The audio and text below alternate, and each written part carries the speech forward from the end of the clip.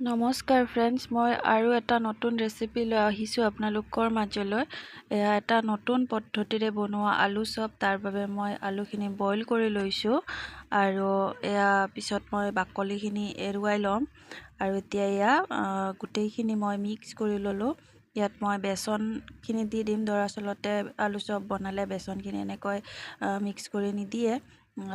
এয়া মই অলপমান নতুন পদ্ধতিৰে বনাবলৈ ট্ৰাই কৰিলোঁ। হালধি, সোৱাদ অনুযায়ী নিমখ আৰু জিৰাটো দিলে অকণমান ভাল লাগে খাই।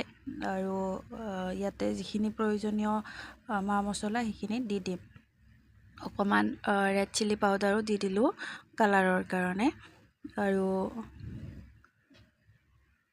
যিখিনি প্ৰয়োজনীয় সেইখিনি মই ইয়াতে দি দিলোঁ। বেছি মছলা ইউজ নাই কৰা আৰু এইখিনিয়ে মাত্ৰ ইউজ কৰা হৈছে। আৰু এইখিনি মই ধুনীয়াকৈ মিক্স কৰি ল'ম। আৰু ইয়াত দেখিছেনে, মই পানী দি পেলাই ইয়াত মিক্স কৰি লৈছোঁ। অকণমান পনীয়া টাইপ হৈছে, সেয়েহে মই আৰু অলপমান ইয়াতে বেচন দি পেলাই ডাঠ কৰি ল'ম।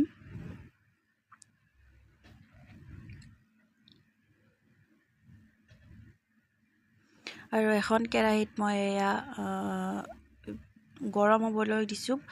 এতিয়া তেল দি দিম। ইয়াতে অলপমান তেল দি দিম। অলপ তেলতে মই গোটেইখিনি ফ্ৰাই কৰি ল'ম। আৰু এয়া দেখিছেনে, তেল মই বেছি ইউজ নাই কৰা। আৰু ইয়াতে মই গোটেইখিনি ফাৰ্ষ্ট গৰম হ'বলৈ দিছোঁ। গোটেইখিনি যিখিনি বেচন আৰু আলু মই মিক্স কৰি লৈছিলোঁ সেইখিনি এতিয়া ইয়াতে ধুনীয়াকৈ চপ আকাৰত দি যাম। এয়া সৰু সৰুকৈ মই ইয়াতে পাতি দিছোঁ।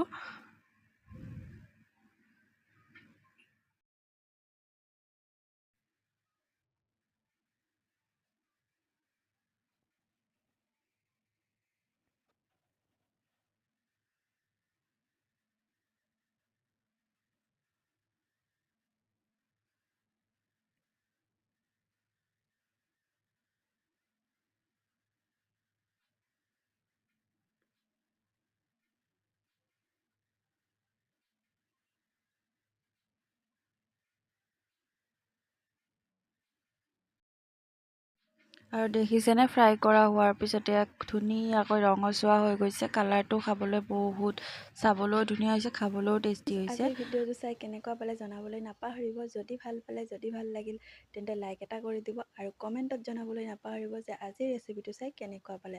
আৰু যিসকলে নতুনকৈ চাই আছে, প্লিজ মোৰ চেনেলটো ছাবস্ক্ৰাইব কৰি দিব।